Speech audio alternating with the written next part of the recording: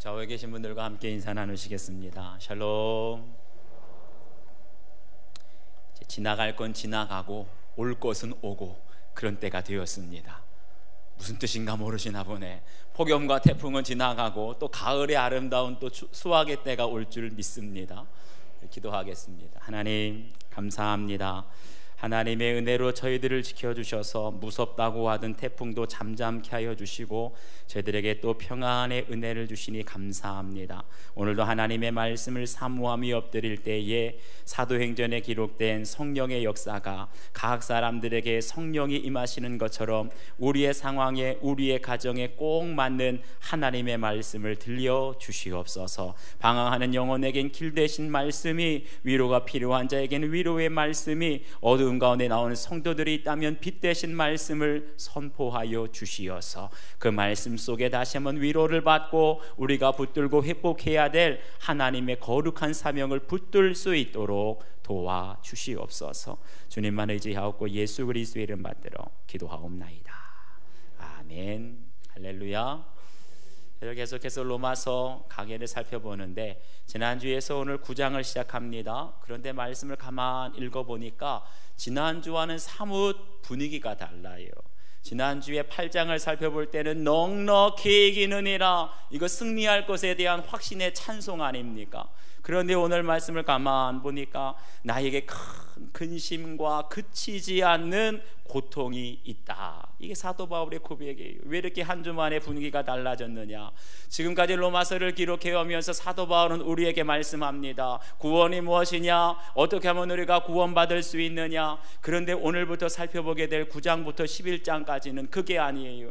이미 우리에게 구원을 받았습니다. 구원의 확신이 있는 성도들이 앞으로 어떻게 하나님의 사명 감당하며 살아갈 수 있을까? 다시 말하면 지금까지 사도 바울이 우리에게 말씀해 주신 하나님의 사랑, 구원에 대한 복음, 이거 깨닫지 못하는 사람은요, 오늘 말씀하고 있는 사도 바울의 근심을, 무엇 때문에 마음에 그치지 않는 고통이 있는지 알 수가 없어요. 그래서 오늘 말씀을 통해서 구원받은 성도는 어떻게 살아가야 하는가, 마음에 그치지 않는 고통이라는 제목으로 함께 은혜 나누겠습니다. 첫 번째, 무엇 때문에 우리에게 고통이 있느냐? 구원받지 못한 형제들 때문에 고통이 있다는 겁니다. 우리 1절과 2절 말씀을 함께 읽겠습니다. 시작. 내가 그리스도 안에서 참말을 하고 거짓말을 아니하노라. 나에게 큰 근심이 있는 것과 마음에 그치지 않고 내가 양심이 성령 안에서 나와 더불어 증언하노니. 아멘. 여기를 보니까 사도 바울이 뭐라고 말해요? 내 큰 근심과 그치지 않는 고통이 있다라고 말합니다. 사람들은 살아가면서 누구나 그 마음에 고통이 있지요. 사업을 하시는 분들은 부도의 위험 앞에서 밤새도록 뒤척이며 밤잠 이루지 못하는 그런 고통이 있고, 부부간의 갈등이 있는 집안에는요, 마음의 스트레스가 있습니다. 말로 다 할 수 없는 고통이 있어요. 장성한 자식이 있는 집안에는 자녀의 취업 문제, 결혼 문제 때문에 마음의 고통이 끊이지 않습니다. 그런데 오늘 말씀 보니까 사도 바울은 그러한 육적인 문제 때문에 당하는 고통이 아니라, 사도 바울의 마음에 그치지 않는 고통은 어떤 고통입니까? 차원이 다른 고통이에요. 영적인 문제로 고통이 있다라고 말합니다. 예전에 알던 권사님 한 분이 시집 올 때는 믿지 않는 분이셨는데 전도를 받아서 권사까지 되신 분이 계셨어요. 그런데 이분이 은혜를 받고 보니까 가만히 있을 수가 없어서 나가서 전도를 하게 됩니다. 그런데 전도를 하다 보니까 이 권사님은 나가기만 하면 사람들을 만나요. 전도하기만 하면 한 사람, 5사람, 10사람, 아멘도 안 하시네요. 여러분, 여러분에게도 그런 역사가 있기를 축원합니다. 그런데 전도가 계속돼서 교회에서는 전도왕이라고 이 권사님을 칭찬하는데 정작 그 권사님의 남편과 아들이 교회를 안 다니는 거예요. 교회에서는 전도왕이라고 시상을 하면서 높이 칭찬해주고 지켜 세워주는데 권사님은 늘 죄인처럼 고개 드는 것을 제가 못 봤어요. 많은 사람이 예수님을 믿고 전도가 되고 새 가족들 중에 믿음이 자라면 자랄수록 큰 은혜를 받고 변화가 될수록 오히려 권사님의 마음에는 끊임이 없는 고통이 있는 거예요.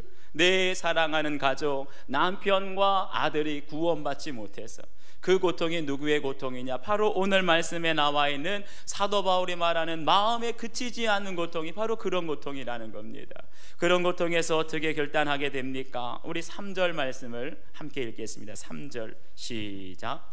나의 형제 곧 골육의 친척을 위하여 내 자신이 저주를 받아 그리스도에게서 끊어질지라도 원하는 바로라. 아멘. 여기 사도 바울이 하나님께 결단하며 기도합니다. 저주를 받아 그리스도에게 끊어질지라도, 이 말을 쉽게 말하면 내 목숨을 바꾸는 한이 있어도 나에게 간절한 바람이 있다는 거예요. 그것이 무엇입니까? 나의 형제 곧 골육과 친척을 구원할 수만 있다면 나는 저주를 받아 그리스도에게 끊어질지라도 그렇게 되기를 원하나이다. 아멘이십니까? 여기서 저주를 받는다, 이게 무슨 말이냐면 헬라어로 아나테마라고 하는데, 이 말은 사실은 굉장히 무서운 말이에요.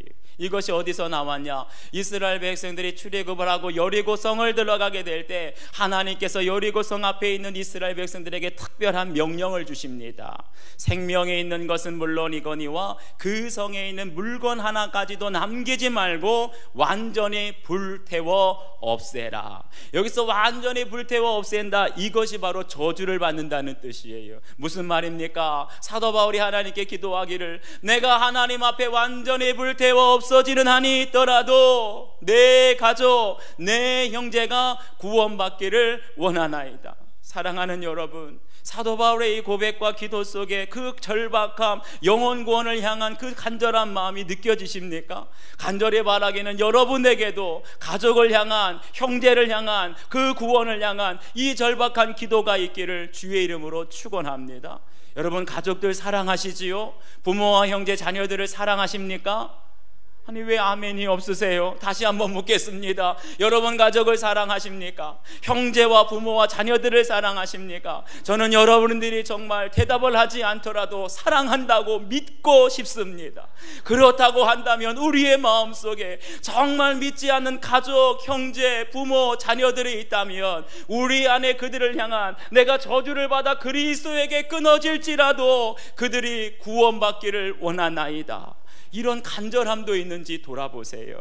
오늘 보면 사도 바울이 이렇게 간절하게 기도하는 그의 혈육, 그의 형제가 과연 어떤 사람들입니까? 사도 바울을 사랑하는 형제들이었어요? 사도 바울을 아끼고 위하는 동족이었습니까? 아니에요. 성경을 보게 되면 사도 바울이 복음을 전할 때 돌을 던져서 죽이려고 했고, 심지어는 협박하고 위협하고 사람들까지 다 동원해서 어찌하든지 복음을 전하지 못하도록 방해했던 사람들이 그의 동족이었고 혈육 아니었습니까? 그런데 그렇게 원수 같은 동족, 원수 같은 나를 괴롭히고 핍박하고 비난하는 형제들이었지만 그들의 구원을 위하여 내가 저주를 받아 그리스도에게서 끊어질지라도 그들이 구원받기를 원하나이다.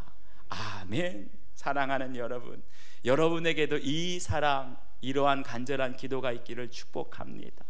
그런데 가만 보면 우리들 주변에 있는 가족들도 형제들도 예수님 믿는 저희들에게 꼭 그렇게 말하지 않습니까? 교회 다니면, 야, 교회가 밥 먹여주냐? 교회 다니면 돈이 떨어지냐? 떡이 떨어지냐? 이렇게 말하는 남편이 있지 않습니까?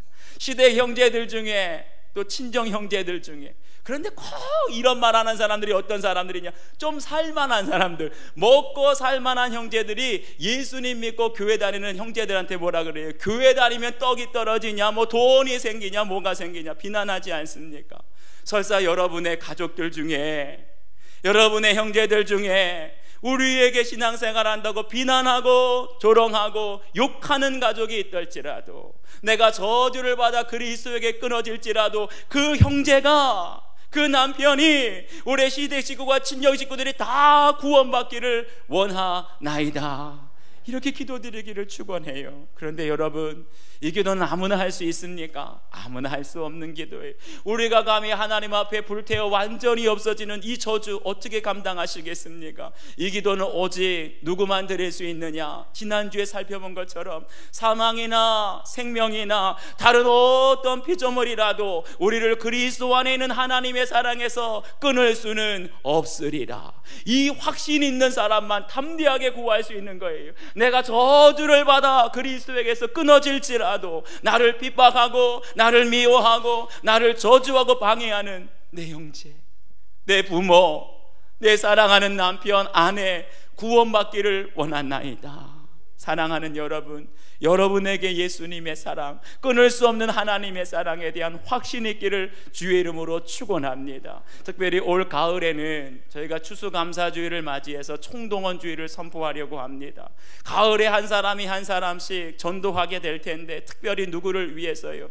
여러분 가족들 중에 하나님은 가족이 먼저 구원받기를 원하고 가족이 먼저 예수님의 복음으로 회복되기를 원하는데, 아직 믿지 않는 형제, 부모, 배우자, 자녀들이 있다면 그냥 나중으로 미루지 마시고, 그건 사랑이 아닙니다. 오늘부터 내가 저주를 받아 끊어질지라도 그 영혼이 구원받기를 원합니다. 마음에 그치지 않는 고통을 품에 안고 기도하게 될 때 하나님께서 전도의 문을 열어주실 줄 믿습니다. 두 번째 고통은 뭡니까? 특권에 따르는 사명 때문에 오는 고통입니다. 우리 4절 말씀을 함께 읽겠습니다. 4절 시작. 그들은 이스라엘 사람이라. 그들에게는 영광과 언약들과 율법을 세우신 것과 예배와 약속들이 있고. 아멘. 여기 보니까 사도 바울이 자신의 동족 유대인들을 향하여 이렇게 말합니다. 그들은 이스라엘 사람이라. 아멘. 여기서 이스라엘 사람이라는 건 달리 말하면 그들은 하나님께서 택하신 백성이다, 이런 뜻이에요. 그러면서 4절과 5절 말씀을 보니까 이 유대인들을 향하여서 하나님께서 허락하신 축복, 다른 민족에게는 주시지 않은 특별한 은혜, 특권에 대해서 8가지를 말하고 있습니다. 그 8가지 특권이 뭐냐? 첫 번째, 양자됩니다 라고 말해요. 출애굽기 4장 22절을 보면 이스라엘은 내 아들이라, 내 장자라, 이렇게 말해요. 이스라엘 백성들은 예수 그리스도를 통해서 하나님께 나아갈 때 뭐라고 부르며 나아갑니까? 아빠, 아버지라 부르며 나아갈 수 있는 특권을 주신 줄 믿습니다. 아무에게나 주신 것 아니에요. 하나님이 특별하게 택하신 이스라엘에게 양자됨의 은혜를 주셨다는 거예요. 두 번째는 뭡니까? 영광을 주셨다는 거예요. 영광이라는 말을 히브리어로 쉐키나라고 합니다. 그런데 이 쉐키나라는 말은 언제 나왔느냐? 이스라엘 백성들 출애굽을 하게 될 때 하나님의 언약궤를 제사장들이 메고 가는데 그 언약궤 위에 영광스러운 구름이 임재하게 됩니다. 그 영광스러운 구름을 가리켜 쉐키나, 이 쉐키나라는 말은 뭐냐 하면 하나님께서 택하신 백성 이스라엘과 함께 하신다, 이것을 우리의 두 눈으로 볼 수 있도록 나타나게 되는 영적인 표시를 말합니다. 신약시대에 오게 되면 예수님께서 병자를 고칩니다. 앞을 못 보는 사람들이 보게 되면 하나님의 영광이 나타났도다. 걷지 못하는 사람이 걷게 됩니다. 기적이 나타나게 됩니다. 하나님의 영광이 나타났도다. 할렐루야. 사랑하는 여러분, 우리 교회에도 하나님께서 우리와 함께 하시는 증거, 눈으로 볼 수 있는 증거, 앞을 못 보는 사람들이 보게 되고 듣지 못하는 사람들이 듣게 되고 걷지 못하는 사람들이 걷게 되는 하나님 영광 나타나기를 축원합니다. 세 번째는 언약을 주셨고, 네 번째는 율법을 주셨고, 다섯 번째 특권이 무엇이냐? 예배를 주셨다는 거예요. 특별히 이스라엘 백성들은 하나님께 예배할 때 하나님께서 직접 특별한 장소를 지정해 주셨어요. 예배 드릴 수 있는 장소, 거기가 어디입니까? 시온이라고 하는 예루살렘 성전입니다. 세상의 어떤 민족에게도 이곳에서 하나님께 예배드려라 지정해 주신 적이 없어요. 그런데 유태인 이스라엘 백성들에게만 예루살렘 성전 시온산에서 하나님께 예배드리라, 이것도 특권 아닌 특권인 줄 믿습니다.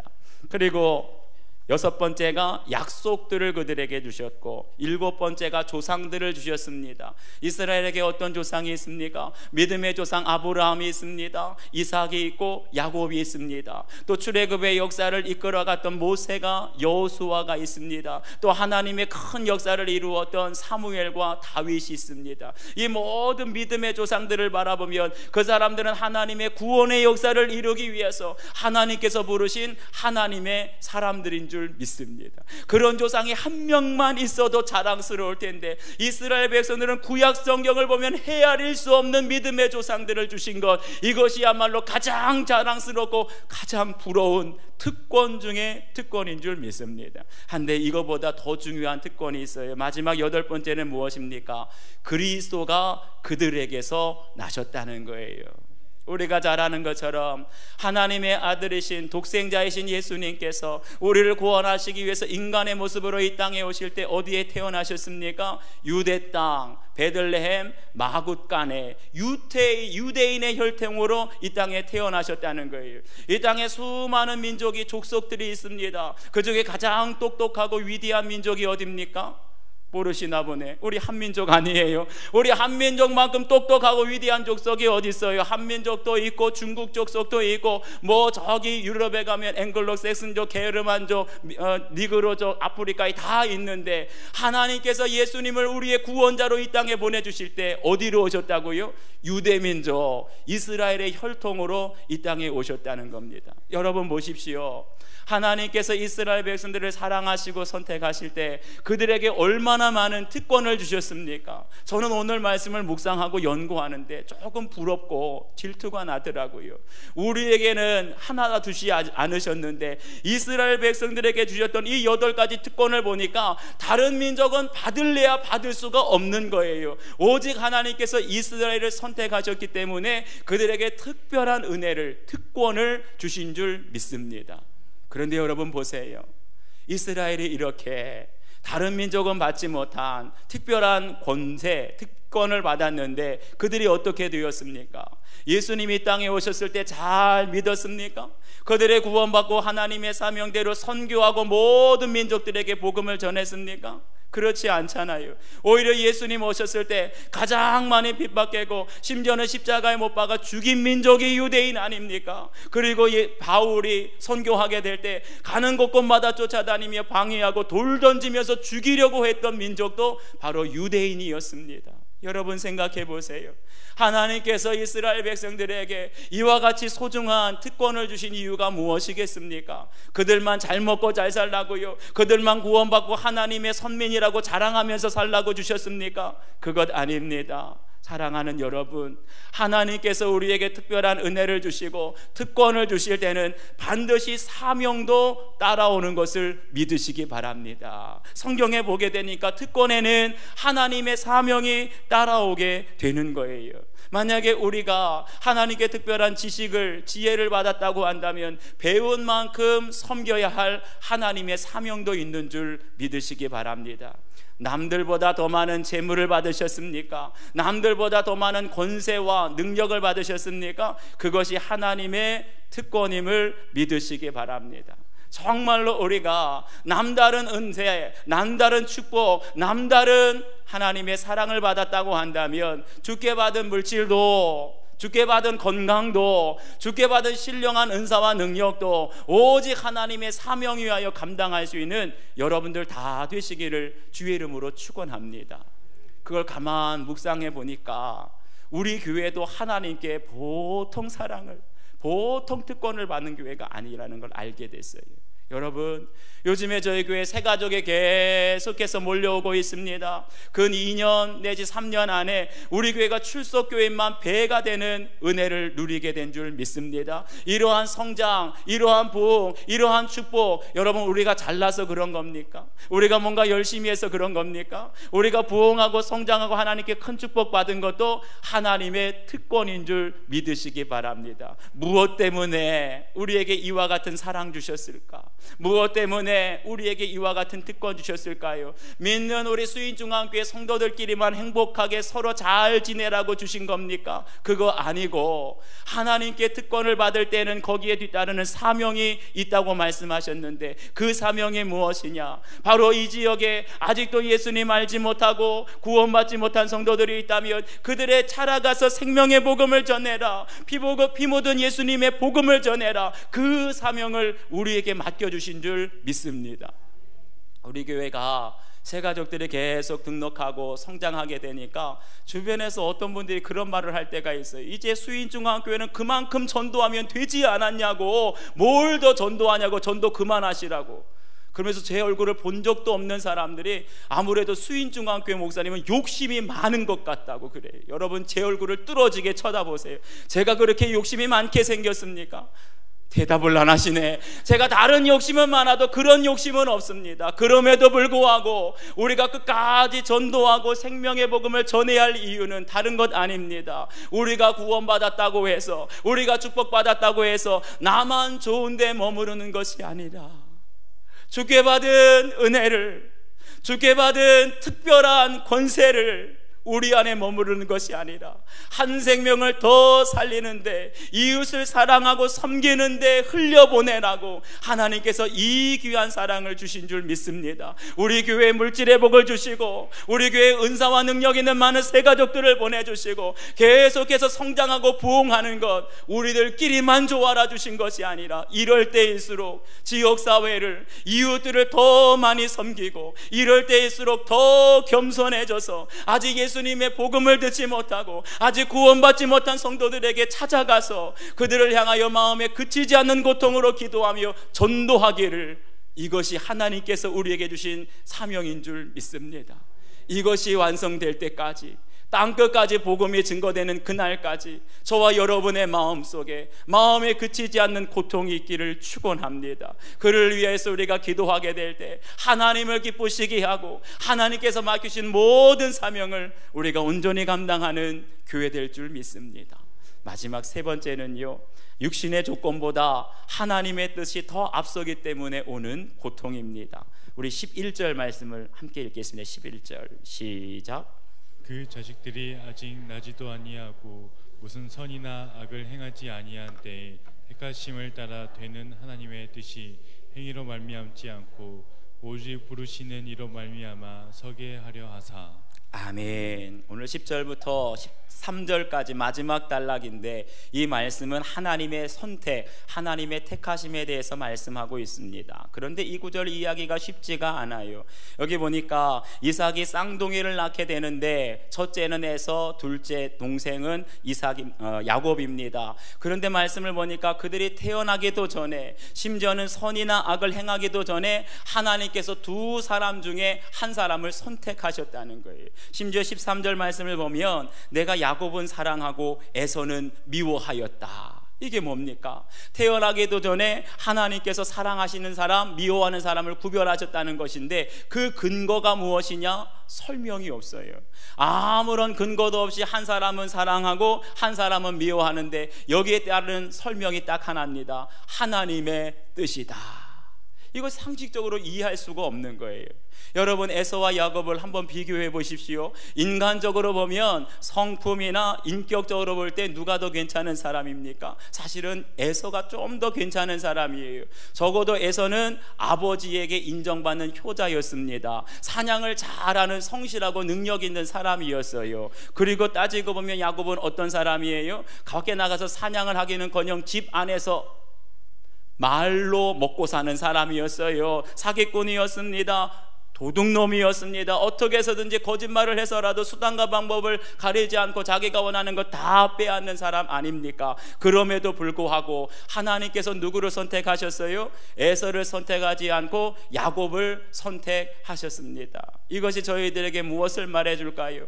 달리 말하면 에서와 같이 성실하고 부모에게 효자라고 사랑받고 인정받고 성실하고 능력 있는 사람일지라도 구원받지 못할 수도 있고, 야곱처럼 비실비실하고 약하고 말로만 살고 사기꾼이고 거짓으로 사는 문제 많은 사람일지라도 하나님께 구원받게 되는 줄 믿습니다. 이게 바로 은혜의 본보기 아닙니까? 우리가 한 가지 알아야 될 것이 있어요. 하나님의 구원에 있어서는 우리가 생각하는 육신의 조건을 뛰어넘는 하나님의 선택이 있음을 믿으시기를 바랍니다. 인지상정이라고 부모들의 마음은 다 똑같지 않습니까? 부모님들의 마음은요, 이왕이면 다른 자녀들 중에 장남이 잘 되기를 바라고, 이왕이면 그 장남이 구원받기를 원해요.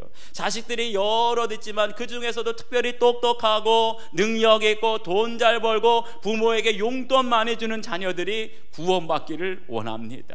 그런데 현실을 돌아보세요. 우리의 현실을 돌아보게 되면 자녀들 중에 어렸을 때부터 똑똑하고 공부 잘하고 정말 취업 잘하고 사업 잘해가지고 돈 잘 벌고 용돈 잘 주는 자녀들은 이상하게 예수님 잘 안 믿더라고요. 그리고 누가 예수님을 잘 믿습니까? 자녀들 중에서도 이상하게 약하고 아프고 가난하고 어렸을 때부터 자라면서 항상 사고치고 부모의 마음에 속을 썩였던 자녀들, 꼭 그런 자녀들이 예수님을 잘 믿어요.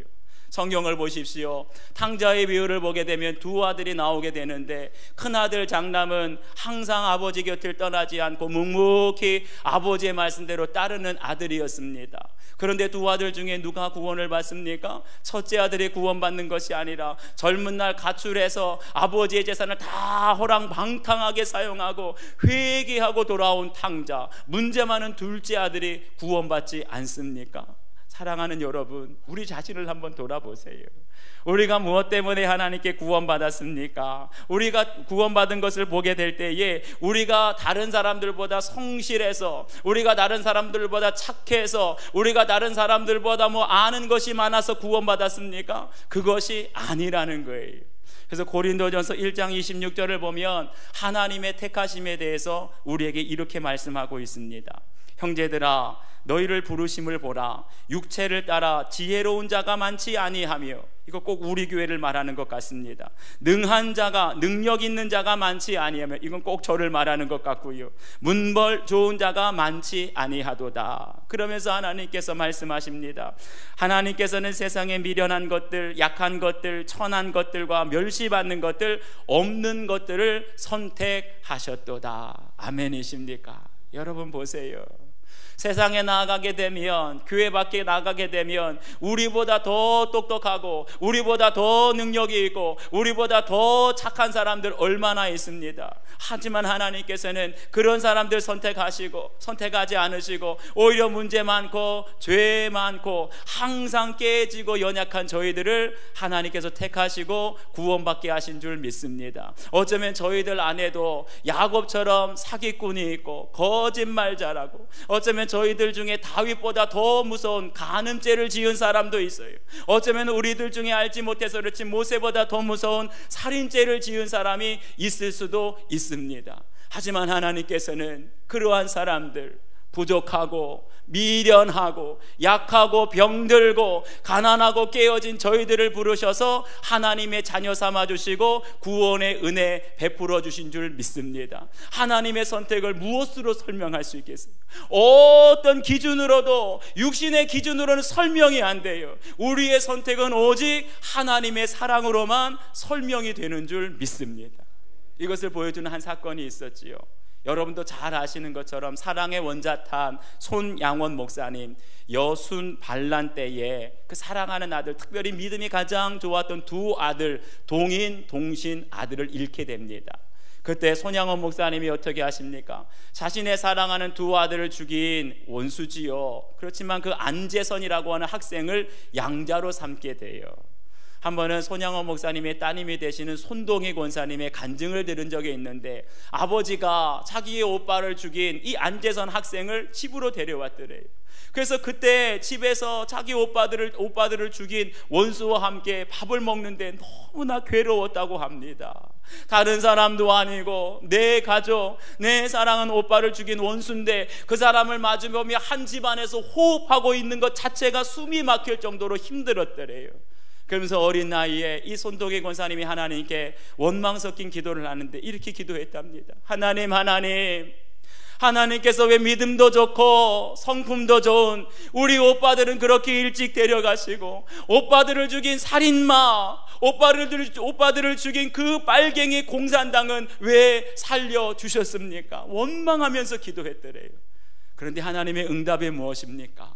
하나님의 응답은 그 안재선, 두 아들을 죽인 안재선을 신학교에 보내주시고 주의 종 삼아주셔서 평생 하나님을 알지 못하고 예수님을 알지 못하는 사람들에게 복음을 전하며 생을 마감하게 하셨다는 것이에요. 아멘이십니까? 우리가 인간적인 눈으로 보게 되면 믿음이 좋은 두 아들을 살려주는 것이 더 나을 것 같지 않습니까? 그런데 하나님의 선택은 뭐예요? 믿음이 좋은 두 아들은 일찍 데려가시고 오히려 아들을 죽인 살인마, 아들들은 믿음이 좋은 아들들을 죽인 빨갱이를 살려주셔서 그 안재선이라고 하는 사람을 완전히 예수님의 복음으로 변화시켜 주시고 구원시켜 주시고 그를 통하여 십자가의 복음을 땅끝까지 전하게 하신 줄 믿습니다. 사랑하는 여러분, 보세요. 우리는 끊임없이 전도를 하면서, 우리는 끊임없이 복음을 전하면서 육신의 조건을 보려고 합니다. 착한 사람이 예수님 잘 믿을 것 같고, 성실한 사람, 많이 배운 사람, 부자, 능력 있는 사람이 예수님 잘 믿을 것 같은데, 하나님의 구원은 우리가 보는 육신의 조건을 뛰어넘는 줄 믿습니다. 가난한 사람을 구원하여 주시고, 아프고 병든 사람을 구원하여 주시고, 많이 배운 사람, 능력 있는 사람보다 배우지 못하고 능력 없는 사람들을 구원하여 주셔서 겸손하게 순종하게 하시는 것, 바로 그것이 한 영혼을 구원하고자 하는 하나님의 사랑이고 하나님의 열망인 줄 믿습니다. 저희들에게도 이 마음 있기를 바라요.